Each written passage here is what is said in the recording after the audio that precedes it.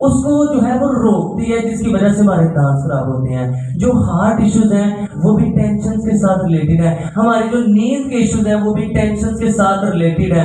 اب دیکھیں نیند بھی نہیں پوری ہو رہی، دانتوں کے مسئلے ہو رہے ہیں، آنکھوں کے مسئلے ہو رہے ہیں، ہارٹ کے ایشوز ہو رہے ہیں، اوپر سے اپنا ورک لوڈ بڑھا لیا، کمپٹیشن میں اپنا اور زیادہ اوور ٹائم لانا شروع کر دیتے ہیں، نائٹ ڈیوٹی بھی کرنا شروع کر دیتی، اس تو نال 92% ٹینشن۔ یہ ساری چیزیں پتا کس چیز کا سائن ہے؟ کہ ہم خدا پر ٹرسٹ نہیں کرتے۔ عزیزوں، خدا کہتا ہے اے بہت سے تھکے ماندے لوگوں میرے پاس آؤ، میں تمہیں آرام دوں گا۔ ہاللیلویا۔ عزیزوں، ساری اپنی فکریں یہ جو 92% ہے، کم از کم یہ فکریں، یہ ساری فکریں اپنے خدا پر ڈال دیں۔ نیو یارک کے اندر 45 فٹ ایک اٹلس کا اسٹیچو بنا ہے، اور اتنا بڑا وہ اسٹیچو اس طرح سے بنا ہے، اس کا پوزر اس میں دکھایا یہ جا رہا ہے کہ اٹلس نے اپنے کندھوں پر پوری دنیا کو اٹھایا ہے۔ اور جب وہ اسٹیچو بنا ہے تو اٹلس کا بڑا عجیب سا منہ بنا ہے کہ اس نے بڑا زور لگایا، پوری دنیا کو اپنے کندھوں پر اٹھایا ہے۔ اسی اسٹیچو کی دوسری طرف ایک چرچ ہے، اس چرچ کے باہر یسوع مسیح کا چھوٹا سا اسٹیچو ہے، اور اس میں یہ دکھا ہے کہ یسوع نے اپنے دائنے ہاتھ پر بڑی سکون سے اسمائل کرتے ہوئے پوری دنیا کے بوجھ کو اٹھایا۔ آج ہم پر یہ ڈیپینڈڈ ہے، اسی اٹلس ہم ساری ٹینشن سارا بوجھ اپنے کندھے سے چکنا چاہ رہے ہیں، یا اس یسوع کے ہاتھ میں اپنا بوجھ دیں گے، کیونکہ خدا کا کلام کہتا ہے وہ اپنے محبوب کو نیند ہی میں دے دیتا ہے۔ ہاللیلویا۔ غیر ضروری فکروں کو اپنی زندگی سے نکال دیں۔ ہن اگلے وہ دو کام نے جڑے اسی کرنے نے اور بہتر طریقے نہ کرنے۔ سب سے پہلا کام اپنے رشتوں کو مضبوط کرنا شروع کر دیں۔ آئیے اس کے لیے دیکھیں آیت نمبر 3، خداوند کے کلام میں یوں مرقوم ہے، آیت 3، دیکھو اولاد خداوند کی طرف سے میراث ہے، اور پیٹ کا پھل اسی کی طرف سے اجر ہے۔ اب اس زبور میں آپ دیکھیے گا جو لفظ خداوند ہے، خدا کا جو ذکر ہے وہ 5 دفعہ ہوا ہے، ڈائریکٹلی انڈائریکٹلی۔ جیسے پہلی آیت میں ہمیں ملتا ہے اگر خداوند ہی گھر کو نہ بنائے، پھر اس کے بعد ملتا ہے اگر خداوند ہی شہر کی حفاظت، پھر اس کے بعد ہمیں ملتا ہے کیونکہ وہ اپنے محبوب کو، وہ سے مراد کی خدا کی بات ہو رہی ہے، دیکھو اولاد خدا کی طرف سے، چوتھی دفعہ خدا کا نام، اور پیٹ کا پھل اسی کی طرف سے، اسی سے مراد خدا، 5 دفعہ ادھر خدا کا ذکر ہوا ہے۔ اور اس کے بعد دیکھو سائن آف ایکسکلیمیشن، ایکسکلیمیٹری سائن ہے، اس کا مطلب ہے رکنا، دیکھو اولاد، اس کے بعد اولاد کا ذکر ہوتا ہے، بچوں کا ذکر ہوتا ہے۔ بچوں کا ذکر کس کے حساب ہے؟ کس چیز کی اصلاح ہے؟ فیملی ٹرم ہے، فیملی کے خاندان کی اصلاح ہے۔ پھر اس کے بعد لکھا ہے پیٹ کا پھل، پیٹ کے پھل کے لیے جو انگلش ورڈ ہے وہ جس کا تعلق ماں کے ساتھ ہے، مدر کے ساتھ ہے۔ ادھر 2 دفعہ اولاد کا ذکر ملتا ہے، خدا کا ذکر ملتا ہے، ماں کا ذکر ملتا ہے، فیملی ٹرمز ہمیں ملتی ہیں، کدے بھی مکان کا ذکر نہیں لکھے ہوئے رہتے جڑے کام کر رہے ہیں۔ عزیزوں، میں ایک چیز آپ کے ساتھ اپنا ایکسپیرینس بتانا چاہتا ہوں۔ ہم نشاط میں رہتے تھے تو ہم نے گھر سیل کر دیا، اور ہم ادھر سے نکلنا نہیں چاہ رہے تھے، میرا دل ادھر لگا تھا، تو ڈیڈی میرے لیے جو ہے ادھر رینٹ پر گھر لینے لگے، لیکن میرے چاچو نے موٹیویٹ کیا کہ دیکھیں رینٹ پہ آپ نے کیوں لینا ہے، آپ ادھر آئیں، اور چاچو نے موٹیویٹ کیا، ہم ادھر سے آئے۔ جب ادھر آئے تو ادھر جو مانی بھائی کا بھی تھا نا کارخانہ، اب ہم ادھر کے یوز ٹو تھے، ادھر اتنا شور نہیں تھا کیونکہ ابھی ہم خدا کی شکر گزاری ہے مین پہ ہے، تو کافی زیادہ جو ہے وہ رکشوں وغیرہ کا شور ہے، تو ادھر اتنا نہیں تھا۔ ہم سردی میں آئے اور ادھر ایک کمرے میں ایڈجسٹ کیا، 3-4 مہینے بڑے مشکل گزرے۔ پھر اس کے بعد جو ہے شادی ہوئی، خدا نے بڑا اچھا سسٹم کیا، لیکن کچھ ایسے حالات ہوئے کہ ہم ساری فیملی کو، تب پیا بھی تھی، پوری فیملی تھی، لیکن ہمیں ایک روم میں جو ہے نا وہ تقریباً 6 مہینے گزارنے پڑے۔ ہم نے بڑے تحمل سے، صبر سے، یونٹی کے ساتھ وہ 6 مہینے گزارے۔ خدا کا شکر، آج چیزیں بڑی بہتر ہے۔ عزیزوں، میں انکریج یہ کرنا چاہتا ہوں، آج اگر آپ کا مکان کرائے کا ہے، چاہے کچا مکان ہے